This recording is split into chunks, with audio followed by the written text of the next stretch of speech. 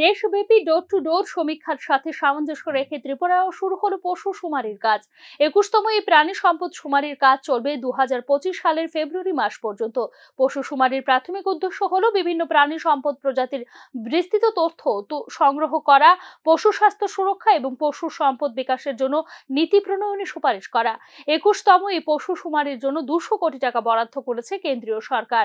সর্বশেষ গত 2019 সালের প্রাণী সম্পদ শুমারিতে 16টি গৃহপালিত পশুর প্রজাতিকে আনা হয়েছিল এই শুমারির আওতায়। প্রাণী সম্পদ শুমারির মাধ্যমে পশুপালকদের কাছে থাকা পশুর তথ্য সংগ্রহ করা হবে পুঙ্খানুপুঙ্খভাবে।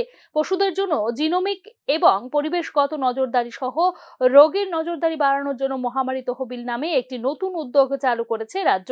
ভারতের 21তম প্রাণী সম্পদ শুমারি চালু করেছে কেন্দ্রীয় সরকার, যাতে জড়িত 30 কোটি পরিবার এবং ডিজিটাল প্রযুক্তি ব্যবহার করা হয় প্রাণী সম্পদ শুমারিতে। পশুপালন এবং যাযাবর সম্প্রদায় সহ হাঁস, মুরগির মতো পাখি পালনের উপর বিস্তারিত তথ্য কভার করে পশু শুমারি। Bureau report, news now.